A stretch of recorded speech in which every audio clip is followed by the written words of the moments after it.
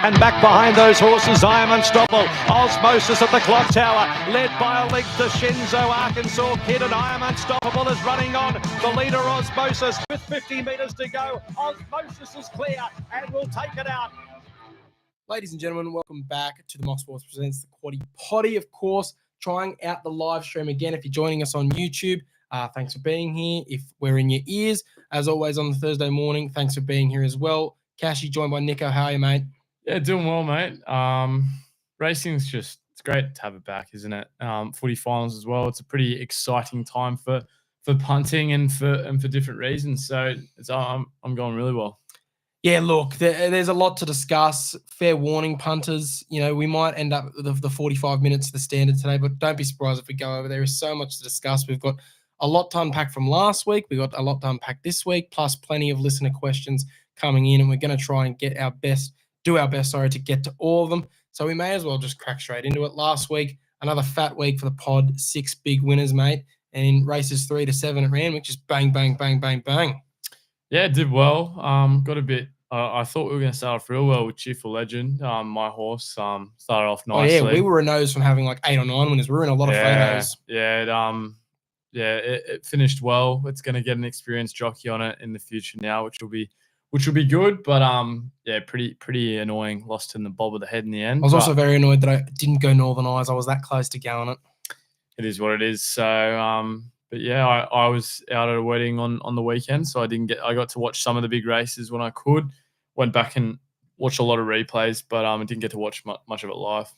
Yeah, I was at the track, first time at the track this spring, nestled down in the old stand and found one of the old private boxes, obviously not private anymore, but, you know, it was kind of cool to pretend that it was our own private box just because no one was there. So we got it mostly to ourselves and, you know, good view just past the winning post, and it was good fun when, you know, Melody again gets up, bang, and Redstone Well gets up, bang, Major Beal, bang, Your Bet Manal gets up, bang, and then into IME, incredible, $11 into 480s, and it still gets up. I was just cheering, and then races, you know, 8 through 10 didn't really go to plan for us, but still, and then we had some success down in Melbourne with Pericles making it yet another best bet sweep for us. Yeah, look pretty good. We can't complain when we do that, and I know we multi it always, so it helps us out as well. So yeah, can't complain. Yeah, so we've got a couple of key races to unpack. You know, first one being Giga Kick. You thought wins, snapped up for the Everest, gets the job done. I wanted to see how he goes off a year break because I never really trust year breaks. And personally, I think he did more than enough off a year break. What do you think? Yeah, look, I probably should have looked at it a bit closer. I thought he'd really bounce back being out for that long. I thought that Clayton Douglas would give him the perfect amount of time and make sure he was well prepared coming into it. But it looks like they just sent him for a bit of a fitness run, really. They weren't too worried about getting the win first up. I didn't think he had a bad run. I think it was just pretty standard for a first up run, and we can wait and see how he'll go in the future. Yeah, I'm not even sure about that. Like, I feel like they did have the intent to win, but just the fitness gave out, and that'll happen when you're off such a big, long break, especially when it's a break off an injury. Yeah. Like, you know, sometimes those horses are just out for that long of a break for any number of reasons, but when you come off a major injury like him, when it was touch and go at some point if he was ever going to race again, obviously, you know, like I said, I wouldn't have been surprised if he came out and he gapped them on class alone, or maybe he did what he did on review. He you know, presented and he did enough, just didn't go on with the job in the last 200 meters. And I think he'll take enough fitness from that going forward. But I must say, Bella Nipotina, if she doesn't end up in the Everest this year, I don't know what's going on. And personally, I have her as my number 1 seed currently. She looked phenomenal. Yeah, she's aging very, very nicely. Yeah, she had a great run, but there's still a couple more to talk about as well. I think After Cabin probably let down a little bit. I think we were kind of watching closely there. Yeah, now with a gelding. Now with a gelding to see how After Cabin went, but didn't really let down and didn't really come back at all, which we've seen a lot of success with other horses coming back from geldings. But no, didn't really look too good either. But personally, I don't mind it because I always had a vendetta against that horse. But yeah, again, it was firming in the markets, and I expected it to. I made sure we put it in all our exotics. We covered it in the quaddie. Didn't need to in the end because, like you said, didn't really do much. Remark, probably, this is probably his class. Got a little bit maybe lost in the shuffle there, which is fair enough. I Am Me, I think, again, like really good run, one for us. I'm not going to complain. Does it end up in an Everest now? I'm not so sure. Probably ends up in the Sydney Stakes. Wouldn't be surprised if it ends up being maybe first or second emergency for an Everest. But I mean, if it comes out next start and repeats its efforts, I think it probably demands an Everest start. But I mean, there's a lot to fall away. It's the first Everest in a few years where we're only a month out and we've still got 10 slots to fill. Usually the slots are starting to fill up pretty quickly by now. But we've only got Bustling and I Wish I Win locked away. I'm sure probably after this weekend, we'll probably see a couple more slots fall. And then, in the 3 weeks leading up to it, it'll just start falling quicker and quicker.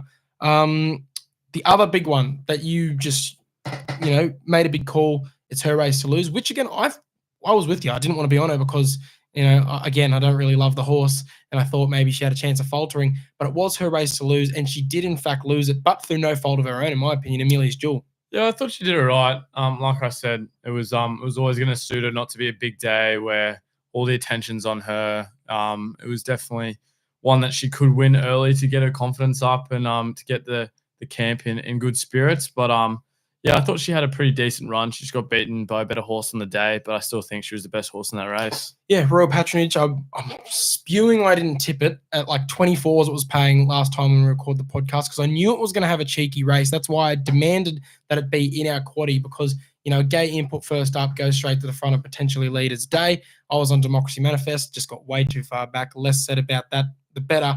But after they crossed the line, I was so ready to go to the board and, put a bunch of circles around Amelia's Jewel, be like, ha, ha, ha, fraud, fraud, fraud. And I looked at the replay. She actually stormed past the rest of them pretty easily. She just couldn't run down that tear rail leader. So she did more than enough, I think.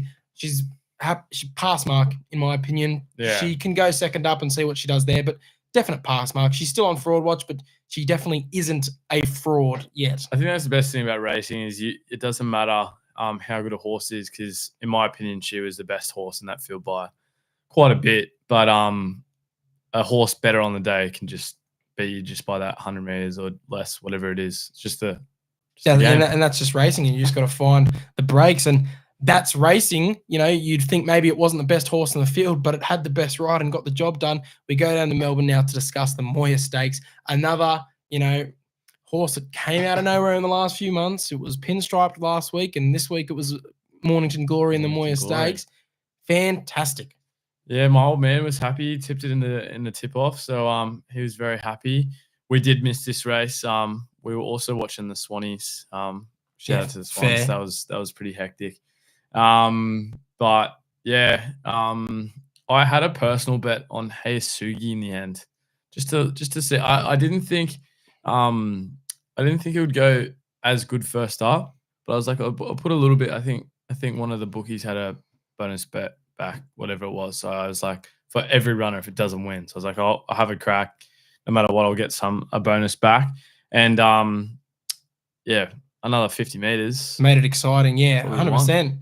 Like another 50 meters probably was going to be a Hayasugi I Wish I Win photo finish. Yeah. Same with I Wish I Win, who I went with in the tip off. I think, yeah, Storming Home. Lady Camelot was just holding on for third place in the end. And yeah, Mornington Glory stole the win in the end. Yeah, Lady Camelot, the ride got a bit of flack. We debated whether or not Zach Lloyd was the right choice, but when you've got that lower weight, you only have so many options.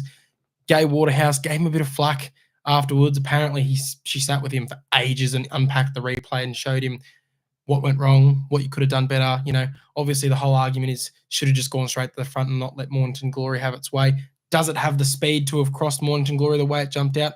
Probably not. Hindsight's a great thing in racing, and run the race 10 more times. Maybe Lady Camelot does come out on top if it gets the front, but again, it adds to a trend I said that last week. I think we're going to see a lot of roughies get up this spring because I feel like everyone's so even apart from the standout, which I'll unpack later. But we've already had $12, $16, $10. I wouldn't be surprised if more roughies come out than favourites this spring in the big 100%, races. 100%. All right, mate. Should we go to the listener questions first or the hotline? We'll go to the hotline. If anyone's watching live and they want to ask a question, put it in now, and we'll get to it once we get through the hotline and the listener questions. I know there's one in there just now, but we'll answer that one in a minute. Max? All right. Alrighty, this comes from Baden Arthur, friend of the show. Let's see what he has to say. Hey boys, it's Baden here, dear friend and fan of the show. Hope you boys are well. I'm stuck on this hypothetical would you rather question, and I want to get your boys' opinion on it. So would you rather you'd either take $1 million, walk away, or you can win $10 million, but you have to race in one Group 1 race. You're the jockey. You're whipping the thing home. You got to win this Group 1 race for $10 million. All right, it's throughout the Spring Carnival. You can pick one horse, one race. All right, which horse, which race are you going on? And are you winning? Are you taking that 10 mil? Or are you just going to take the 1 mil and, yeah, Bob's your uncle? Anyways, let me know, boys. Cheers, guys. Cheers. I can see where he's going with this, but to be honest, God, it makes it harder that I have to ride the horse. not a very well structured question in the end, Baden. I'll take the 1 million. I'm no jockey, never ridden a horse, don't know how to ride a horse. Yeah, if I'm versing world class jockeys, probably no chance. Literally none. I'd probably cause a few injuries, and I'll be probably playing bumper cars and. I wish I could, but I can't. I can't. Yeah, I'll take the million. I'll take the million. I mean, if I wasn't riding the horse, probably just pick one of Via Sestina's races because again, I don't think she's losing much this spring. But if I had to ride it, I don't think it would get far out of the gates, let alone win. Yeah, fair enough. No, I wouldn't know what to do. So let's restructure it. If they give us, let's just say we had to work a year full time as a jockey and we got paid for it, right? Yeah. Got a year to train. Yeah. Same applies. So if I did have experience, you've got a year's experience under your belt and you know what you're doing. Like you've got somewhat of an idea now. $10 million or $1 million front up. I'd take the 10 and try and ride Via Sestina this weekend. Bit of a spoiler alert for what I think of the race later, but I mean, Long Flemington Straight, I reckon with a year's experience, maybe get it on the back of something and then let it get to the outside and use that straight. But that, again, I'm talking out of my ass here. I've got no idea, in the grand scheme of things. I listened to a podcast earlier today and they tried to break it down about how a jockey's mind ticks over during that race. And I was confused just listening to it. So I feel like it would go very badly even with a year, if I tried to ride, an actual horse at 60 kilometers an hour down a straight. I think it'd be very ugly. Yeah, I'll take the mill. I'm not an idiot.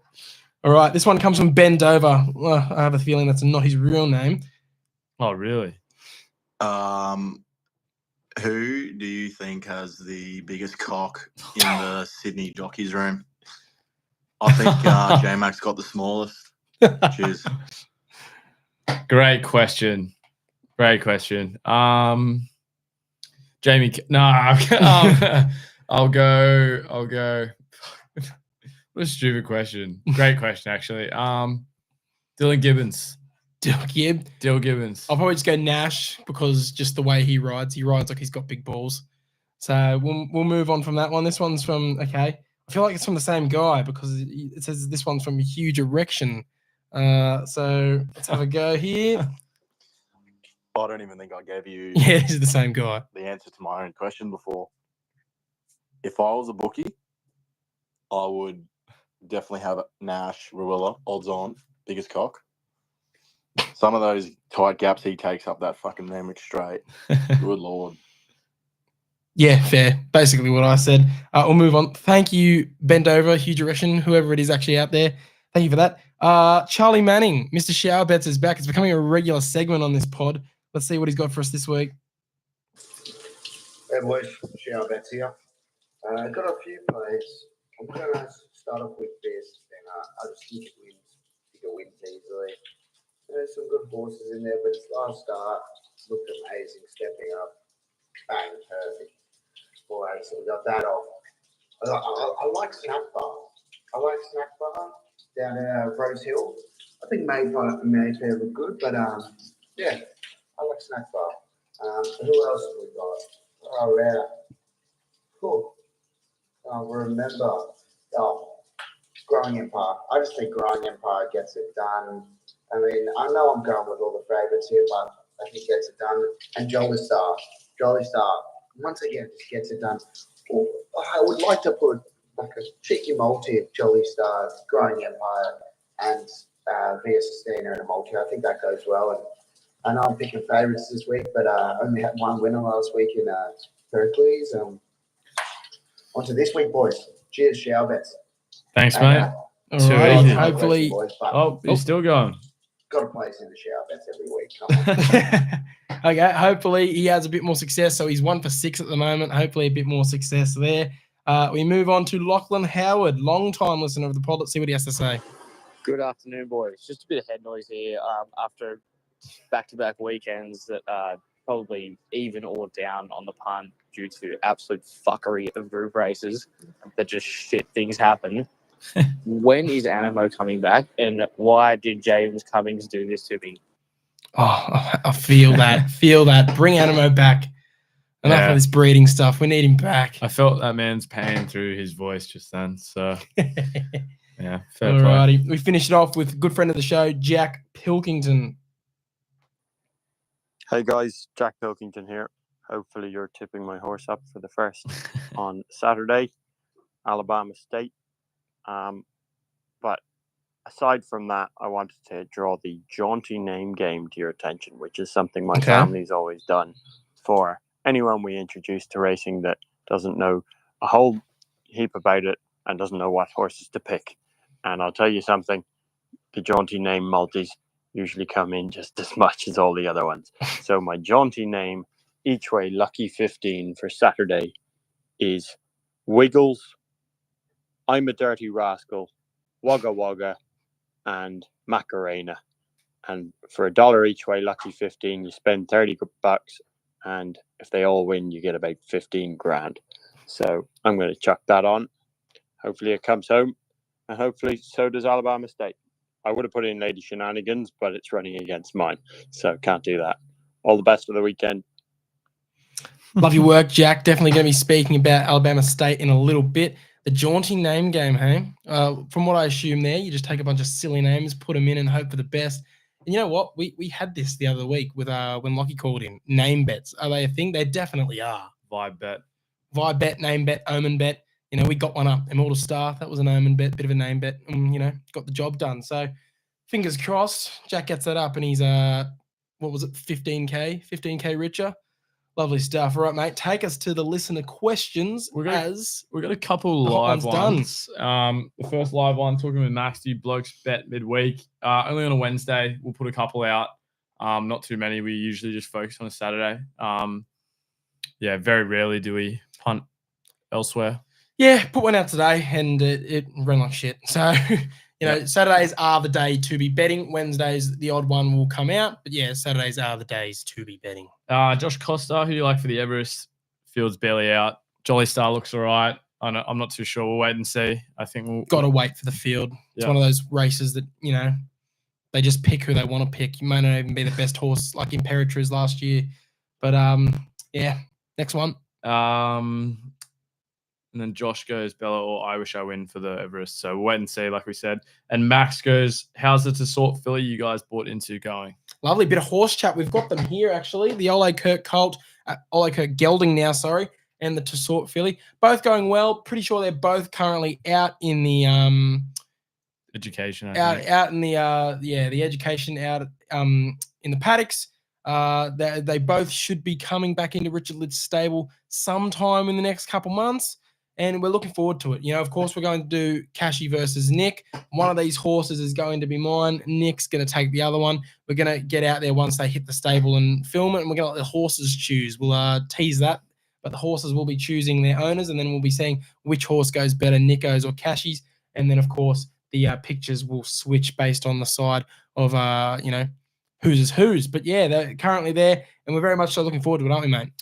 Yeah, we are. We've got a lot of content to come out of there, so that'd be pretty cool. So this isn't who owns which ones just yet, but we do own both connected at the moment, but we're going to choose them in a little bit. So we'll move on to the Instagram questions.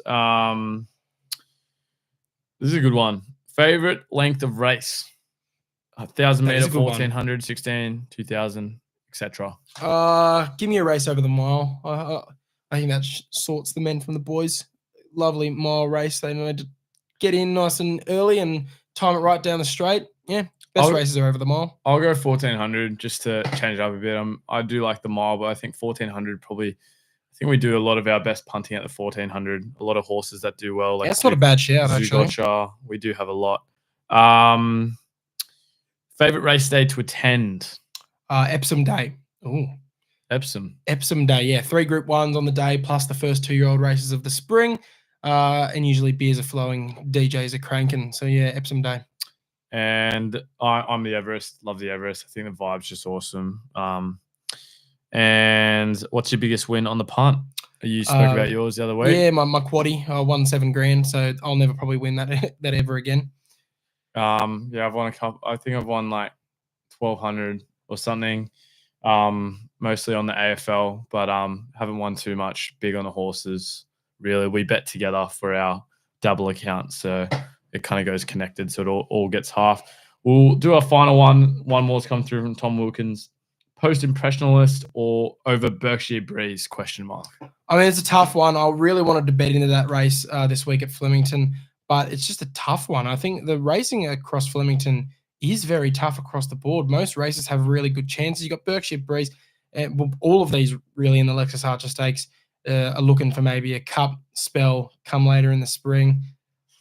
I'd probably go a Berkshire Breeze over Post Impressionist. I probably would even go a Point King over all of them, if I'm being honest. I think Point King last start was really, really good. But, I mean, yeah, throw a dartboard at a board with that. It's a very open race. Fair enough. We'll move on then. Thank you guys for all the questions. Really appreciate it. Getting more and more every week. Yes, we're getting less time to fit it all in. So please still give you actually one more, because I know one guy did request it last week and then he put it in again this week.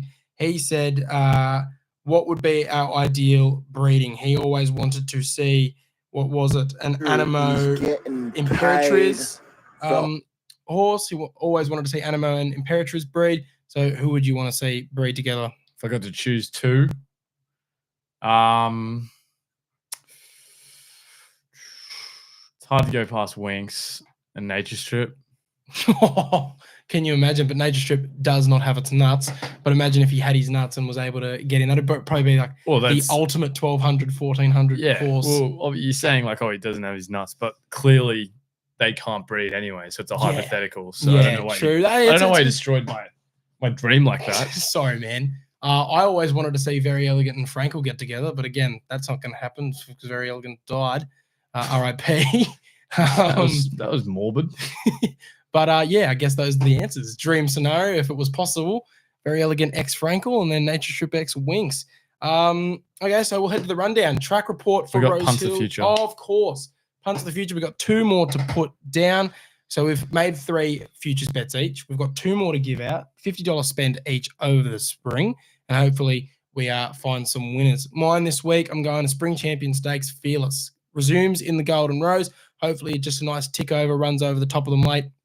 Probably, I don't think we'll be winning, but, gains that fitness. It's always one of those run-on horses that looks for longer and longer.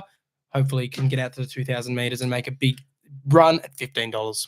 I'm going the 2-rack over the 1,600, and I'm going Pericles. Not sure if it'll get there, but I think it's paying 13 on double, so it's good enough for me to go with this week. So with that, we'll get straight into the rundown, mate. Take us to the track report. Yes, sorry. Okay, Rosehill track report. Soft 5 currently, for the only reason I could ever imagine is that they've just irrigated the heck out of it. It should get to a good 4 by race day because, there's nothing but dry river in Sydney at the moment. Rails out 5 meters, so be aware, punters. A leader's bias could happen again. There was a leader's bias with 2-meter rail last time at Rosehill. And, of course, we saw the leader's bias at Randwick on the weekend. Last time the rail was out this far, 6 of the 10 winners were sat in the first 4 of the field going around the 400-meter bend into the straight. If you extend that out to the first 6 going around the bend, you'd make that 9 out of the 10 winners. So, look, no guarantees, punters, that it's going to happen. Just be aware of it. Monitor it. I would say if you're looking early, try and find those leaders. But just see what happens on the day. There could definitely be the place to be. just off them. Let the leaders do all the work early, sit just off them, and then pounce late. But yeah, please be aware of it and punt accordingly.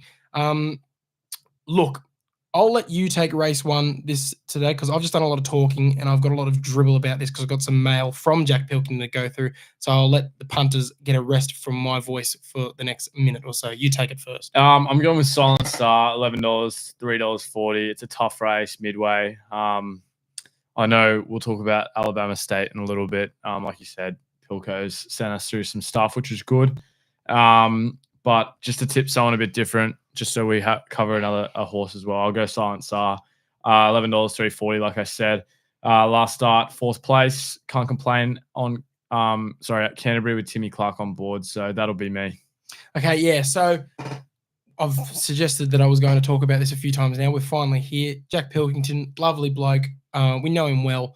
Loves listening to the pod as well. He tells me that he listens to it every time he shovels his shit out of his horse boxes over in Hawkesbury because it makes it go faster for him. So, yeah, he's got the favourite in the midway. We all know that I don't love a favourite in the midway, but he sent me this great mail. I had a call with him this afternoon, and he basically laid out the plan. You know, he's very confident. His connections are confident. Tyler Schiller rode him in track work the other day, jumped off very confident that he was going to be riding a winner on Saturday as well. So look, you know, he reckons, you know, slot in maybe around 6th to 8th in the going, and then, you know, hopefully pounce over the top of them at the end there. He reckons the horse always is smart enough to put itself in the right spot and is always in it. The bookies never really get around it. This time they're not missing him because the last couple of times it won, it was at much bigger prices than this. So they're making sure that they don't miss it. And he thinks it's potentially a stakes horse. He thinks potentially it can get to a stakes race later in the spring, if not have a crack in the autumn, because it still has its nuts on it. They could potentially breed from it if they wanted to. So he thinks that they can, you know, start building through these midways and get to a stakes race. So he says if it doesn't win on the weekend, and he thinks the only reason it doesn't is because of the barrier. He said literally the only knock is the barrier. He said if it doesn't win, please put it in your black books, follow it, because he is very confident that the next 6 months for this horse is going to be a big one. So, I mean, you know, we've got the trainer saying it's a really good chance. We've got apparently the jockey saying it's a really good chance. Really, really low weight. You know, $3.30. Don't love the price. It won't be a massive stake, but he's definitely going to be my on top pick. And like I said, the only knock is apparently the barrier, mate. So fingers crossed he gets the job done. Fair enough, and thanks, Pilco. Hopefully you're enjoying shoveling your shit right now. So we'll move to race 2, Highway, Class 3. Dartboard here, pretty tough one. I think the favourite's too heavy of a weight. It's got an apprentice on board claiming 3 kilos, but I think it'll just be too much. I'm going Spirits Burn Deep at $13 and $3.80. I'm going a bit rough here. Won't be one of my betting plays for the day. I will be staying away from this race. Punt is another apprentice on board, getting this claim down to 52 kilos, which would be nice. Last run, 2nd place at Rosehill at a bigger price. So we'll have a look here at 1,400, gets the extra 200 and should do well. Yeah, lovely. Look, you mentioned the favourite. All things considered, it should be winning, but I've already tipped a favourite in the midway, and I don't like tipping favourites in these really open races. And again, weight's a factor. I know that the claim gets it down a bit, but still. So I'll spec Medina at $12 to win $3.40 to place punters. Loves the distance, loves a dry track. Also meets the favourite with a 7 kilo weight swing. The last time they met was in a highway here. The favourite came out on top, but you know, it goes up in weight. Medina goes down in weight, 7 kilos better. $12 to win, $3.40. Happy to go it. Race 3 we go to 1,800 meters, benchmark 84. So United and Too Much Caviar will likely be 1 and 2 going around the bend, and might prove hard to run down, especially with a potential leader's bias like we saw last time. I can't believe I said on the pod, I'm going to kick myself if Too Much Caviar gets up because we're always on him, and that's exactly what happened. And I can't believe I'm going to risk it again, but I don't have him. I hope you've covered him, but you might not have as well. And again, he's probably going to get up now. But I'm sticking with Unusual Legacy. Bias was against him last start. Plus, you know, I think, you know, he closed off pretty well behind Caviar. He should be able to stick closer to them now. Goes up in distance, $3.60. You know, last time he was second up, he blew him away. I'm hoping that he just takes that fitness and does the exact same thing here. So Unusual Legacy. I'll take Too Much Caviar. Thank God. Ran well last start. We both missed out on it, but won very nicely. So I'll take her there. As we move to the next race, number 4, 2,400 meters, benchmark 78. Another tough one here. I'll probably be sticking away from this one. Yet again, punters. I'm going for First Light. Tommy Berry, Chris Waller combo, $11, $3.40 for a place. Last start, 4th behind Madu Salem. I can't say it. I literally can never read. And Monarch Spray, who I was on last time, I think. So looking all right. Should be nice here. First Light for me. Hate to make it 3 favorites out of 4, but don't worry, the value is coming soon. Campadino just looks, the goods. It's $4.20 currently. Drops in weight. Also maps to get, a clear lead. And like we said, if it could potentially be a leader's bias, hopefully just runs away with it at $4.20. Campadino. Race 5, 1,500 meters, benchmark 78, straight to the point. I would not be betting in this race if I were you. It is the most open race of the day. Not for quality reasons, like the Run to the Rose that we'll discuss later. That's a very, very open race because they're all so good. This is a very open race because they're all so average. Can't personally back anything with confidence, but if you need one to have on top, it'll be Vivier for me. $7.50 to win, $2.60. Drops weight, solid setup, finds a weaker field than last start. Just has to hope that she can kick enough to find a way into the money or even win. It'll literally be $5 each way maximum because this race, very yucky. Mayor of Mount Buller for me. First up, won at first up before, 1 from 2 starts. Not much in this race. Wouldn't bet on it, punters. Move to the next one. Race number 6, 1,200 meters here. Jolly Star's your favorite, $1.75. It's going to probably even crunch even to $1.60, I'd say. I don't think it's getting out there. I think should win pretty nicely. I think if you want to get a betting point of view, I'd take Commemorative. Last start wasn't too bad. $10, $2.10 for a place isn't too bad for me. But I just think Jolly Star's too strong for this one. So if you really want to include her, put her in multis, but I wouldn't take her on the nose. If you want to take someone on the nose for a bit of value, I'd go Commemorative. So Jolly Star's you're on top of, but if you're desperate for a bet, probably stick away. Jolly Star's going to be in a lot of my multi-plays for the day, but I won't be betting on the nose. But if someone wanted a rougher bet, Commemorative is what I'd say to them. But I think Jolly Star wins. Yeah, I mean, Jolly Star should be winning, but I cannot entertain that price whatsoever. Multis only, like you said, Nick. Belclair's a really interesting prospect here. Group 1 winner from New Zealand, but that was over the mile. It's 0 from 7, hasn't even placed, I believe, in the 1,200 meters. However, Bjorn trained, King ridden, you'd think that it probably goes forward. Only bias probably gets it home, or maybe she's just really classy and shows us how to get the job done. Include her in your exotics just in case. But Sunshine in Paris has to be my bet. Loves running first up. Won this race impressively last year. First up, should probably sit right behind the speed and just runs past them late at $4.20. Like I said, I think maybe the place to be will not be right out in front, probably just behind them, I think. So that's probably where she's going to map as well. So Sunshine in Paris. As we move to race 7, the 1,400 meter Group 3 Ming Dynasty Quality. I'm a big fan of this race because this is a big race for the unknowns. And what I mean by that, Nick, and punters, is like these are usually the 3-year-olds that like came out of nowhere. Like they were the ones that debuted through winter or debuted only just recently, and they're coming into this with the second or third starts. NCAP Golden Mile, Coast Watch, the last 3 winners all fit that bill. I'm going with a horse that fits that bill. It's not Mayfair. That is the favourite due to the Stormboy form and the potential leader bias, and that is fair enough. If you back Mayfair, don't blame me whatsoever. It is a fantastic setup. But like I said, I'm one for the unknowns, the recent debutante. So that's why I'm going Iron Hawk. Juicy price, $17 to win, $4.60 to place. He's probably been the most eye-catching horse his last 2 starts, not named Autumn Glow. Both of them came behind Autumn Glow, and that is A1 form you'd think for a race like this. And he has always been storming home late and just screaming for more, which he gets now. Also on debut, beat Similarian or Similarian, however you say it. The horse that pissed in on the weekend in Melbourne. So yeah, it's got great form around it. I can't see other than maybe the bias, why $17, $4.60 is the price that went up. So each way on Iron Hawk for me there. I take Henline into this one. $8, $2.70 for a place. Fourth barrier looks nice. Tommy Berry riding. Should be up and about there. I think this 3-year-old colt should go well. So we'll take that one as we move to race 8, Storm Boys race. Was it 1,200 meters? Yes, the Group 2 run to the Rose. Wins for me. Storm Boy wins. I think it's pretty simple. Looks pretty nice. Wins again. Is going pretty good. All right, fair enough. It's an exciting race. Spoiled for choice, really. You know, it's either Storm Boy or you're looking for value. I'm going to look for value just because the price has dipped below the $2 mark. And I have no idea really to look at. You've got, you know, my spring champion tip Fearless, but like I said, probably is going to run on too late, maybe a place at best.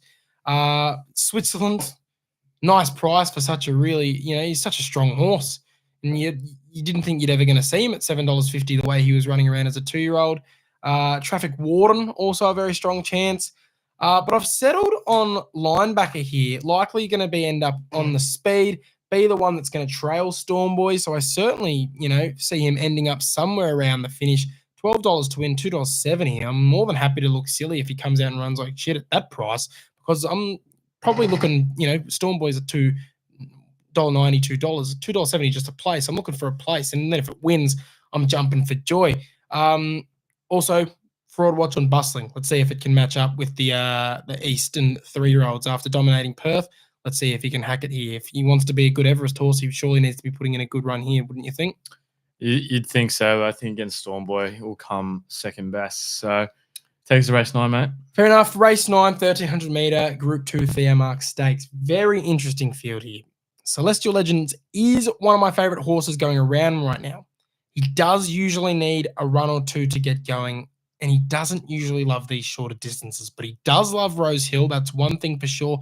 And he does, you know, have the class. He's a 2-time Group 1 winner compared to a few others in here. But to be fair, you look at some of these prices. Osipenko at $31, nuts. Redina at $31, nuts. It's an Epsom winner. It won the Epsom this time last year. $31, what are you doing? I don't understand some of the prices in this race. You know, that's why there's so much value around. I want to have a quick double play here. Quickly, Celestial Legend will be my main tip. I do think the class just gets it home. But I really do want to have you know, maybe $5 each way on New Energy at $16 to win, $4.20 to place. Just a small play because I respect him so much. His Aussie debut was fantastic. And then his subsequent 2 starts, he had shocking barriers. He gets a second barrier here. He's going to be able to sit a bit closer to them. And I think he can find his way into the finish. And like I said, at $4.20, I'm really looking for a place. The old, you know, if you got $10 to spend, put $2.50 on the win, $7.50 on the place. But yeah, Celestial Legend main tip, but I've got a cheeky each way. I'll play on New Energy as well. I got a win chat here, $7.50, $2.60 for a place. We follow this horse pretty closely. I think the 6 kilo less than Celestial Legend will give it the win in the end. Doesn't mind the distance, I don't think. It's won there before. It's run there a couple times. So not too shabby as we move to the last of the day, mate. Benchmark 88, 1,100 meters to end the day. It's going to be a real nice finish over at Rosehill. And I'm going to go with the Blanc here. Had it last start. Came second. Only missed it by just a little bit. But it's going to get it done here, I think. It's moving up in class, I know, but it ran pretty well where I can retain my bet on it. Fair enough. Look, shocked the Black Cloud isn't favorite here. Jumped up to group racing, ran fairly, didn't hang enough to stay at group racing, comes all the way back to benchmark 88. We'll be right up on speed and hopefully just digs and digs and digs. $6 to win, $2.25. I'm laughing that it's at each way. It's one of my more confident tips of the day, and to get it at that price, I love it. A certain bookie has it as the best of the day, which I don't love because usually they don't run that amazingly. But yeah, the Black Cloud, I think that'll be a great way to finish off the day. And if it stays at $6, I'm absolutely cheering. Fair enough. All right, mate, we're going to head into the tip-off. But before we get into it, just a quick shout-out to our good friends over at Stridyl. Of course, if you're looking to get into horse racing ownership, we've already talked about our horses that we, were once listed on Stridyl as well. We've got them with Monarch Racing, trained by Richard Litt, of course. We're very excited. But if you too want to find your way into, racehorse ownership, Stridyl.com's marketplace makes it really, really easy. So head to Stridyl.com to find your next racehorse today for free. And also a shout out to Dabble, because we will be streaming with them again on Friday night. Yeah, shout out. We had a stream last week, which went pretty well. So if you want to watch us on there, we'll be doing another AFL stream through the Hawks and Port game, where we've got another game to follow for us. So it should be nice. Should be very good, very good. Of course, if you're signing up to Dabble to join us there, make sure if you're going to do so, set a deposit limit and gamble responsibly. Now, mate, before we get into the race, it's the Makybe Diva Stakes, of course, but we have some business to attend to. We said by about week 5 we were going to have the forfeit set, so we've narrowed it down to 4. There's been a lot of comments, there've been a lot of texts. I even got a message from a mate the other day who said the forfeit should get kicked by a horse. That'd be so... Shan't be happening. I don't want to break a rib. But we've narrowed it down to 4. Would you like to read them out for us? So you got to run 1 kilometer for every point you lose by to the opposition. We don't know if it'll be to the opposition or to the person that wins. Because let's say if you beat me by 1 point or I beat you by 1 point, it's only 1 kilometer. We'll figure out whichever's biggest. So whichever's biggest, which could be 40 kilometers, and you got to run that in one sitting, let's say. Yeah, either one sitting or 2 maximum if the body gives out on that first attempt. Well, if you're losing by 40 points, mate, I'd be worried. Yeah, that's what I mean. I feel like we should be able to. Sitting. Yeah, true. One sitting. The only way you're able to, if it goes over a marathon, you're allowed to break it down in 2, because I can't run an ultra marathon. But so yeah, kilometer for every point we lose by. We also have 24 hours Macca's challenge, which means you got to sit in a McDonald's for 24 hours every time you eat a quarter pounder. Should we make it, or a cheeseburger? Okay, up to you. Every time you eat a burger of a burger of some kind, a burger of some description, you get an hour taken off that. God, that'd be hell. What's the next one? 10-meter dive. So we go out to Homebush, and the loser has to jump off the top diving board. So yeah, you're not very fond of heights, so you wouldn't like that one, would you? Yeah, I'm not fond of heights, but I'm not I'd do it. If I lost, I'd go up and do it. Fair enough.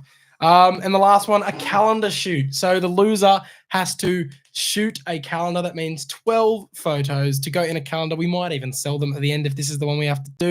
You can get creative with it. You can get fun with it, but you have to hire a professional cameraman to shoot you 12 times for a calendar. The old Mock Sports calendar shoot if you are the loser. But those are the 4 options. We're going to put them out on the social media. You're going to have to vote for them. The one with the most votes is going to win. We're going to announce it next week on the pod, and that's what we're going to build to. All the weeks. For the next 10 weeks after that, we're going to remind you you're playing for this. It's either a kilometer for every point you lose by, 24 hours in a Macca's, diving off the 10-meter block, or doing a calendar shoot. So those are the 4 options. We need to prepare ourselves to potentially do one of them. But, mate, take us through the field of this Makybe Diva Stakes. It's one hell of a group of horses that have been combined here. Yeah, you got V Sistina, you got Brightside, you got Pride of Jenny, you got Pinstripes, who won 2 weeks back, Atishu, Antino, Warmonger, and Circle of Fire. So, yeah, decent field, I'd say. Yeah, not too sure. It's up for discussion, I think. V Sistina looked absolutely insane first up.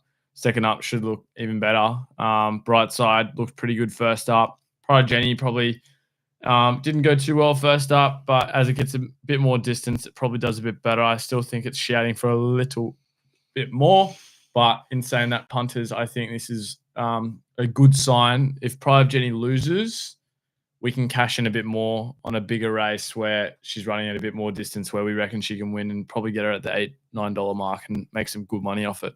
So, yeah, back out to more of a backable price. Like I said, I had to back her just because you never knew what she was going to do. Didn't love the price, but she'll start to get back out to those 6, 8s, 9s. Well, I'm hoping she loses, because I'm not on her here, and if she loses here, I'll probably be on her on the next start.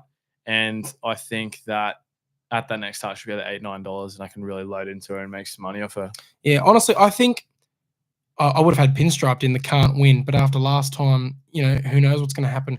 The only horses I think can't win are Circle of Fire and Warmonger, purely because you'd think this has to be just a trial run for the Cups later on in the spring, because that's where they're headed.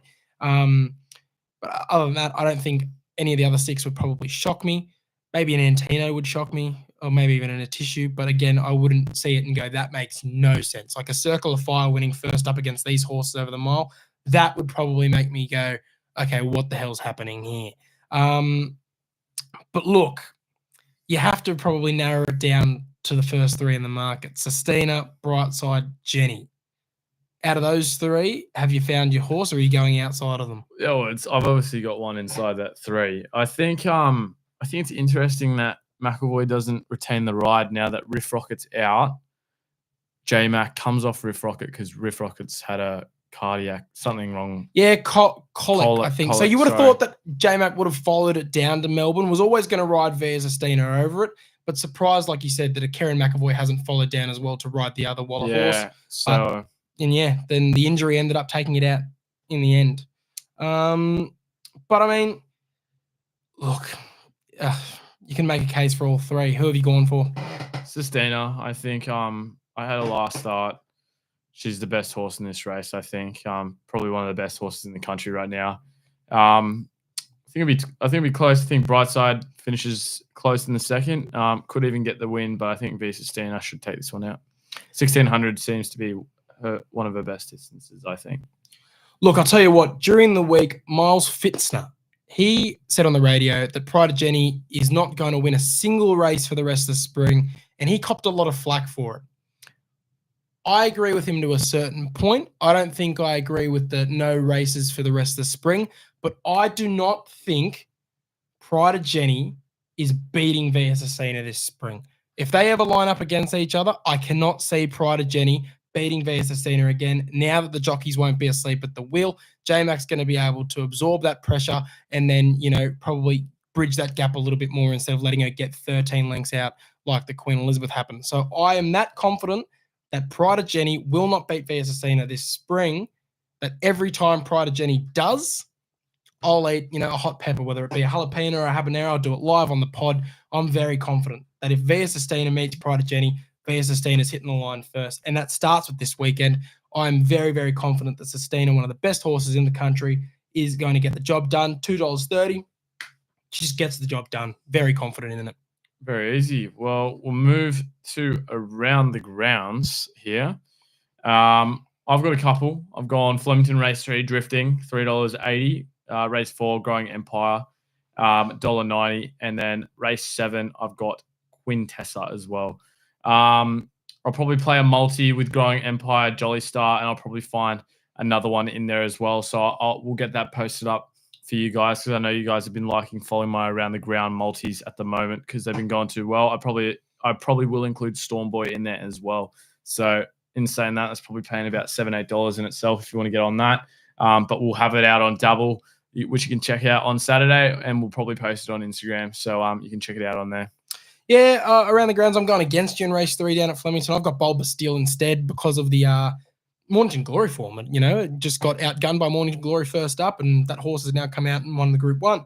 And the only time she was down the straight, absolutely loved it and actually beat Drifting. So perfect setup, I think, at $3.90, Bulba Steel. Then race 9, I'm a big Sands Dude guy. Especially when it's down the straight.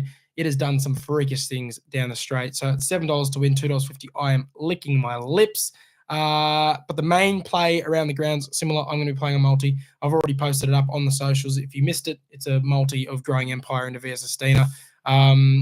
Race 4 into race 8. Because like I said, I'm very confident Via Sistina wins. And I think the only way you're going to get a good price about her is by putting Growing Empire in and hoping and praying that just gives you a massive odds boost. And then by the time that horse wins in race 4, hopefully you've got Via Sistina paying over $4 by the end of it.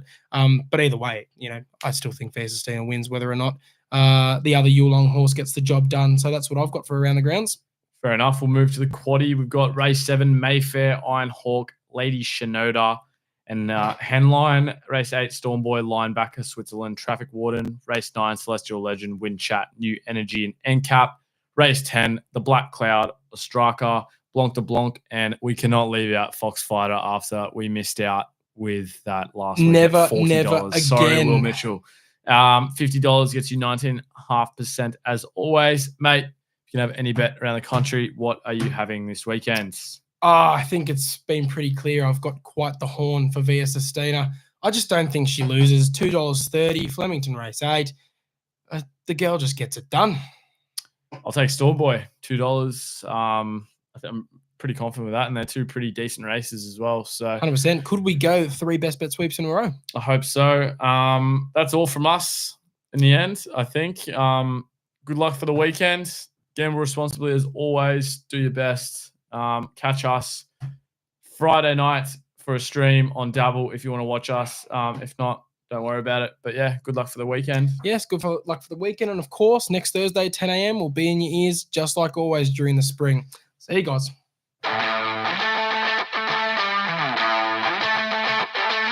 And back behind those horses, I Am Unstoppable. Osmosis at the clock tower, led by a length to Shinzo Arkansas Kid, and I Am Unstoppable is running on. The leader, Osmosis, with 50 metres to go. Osmosis is clear and will take it out.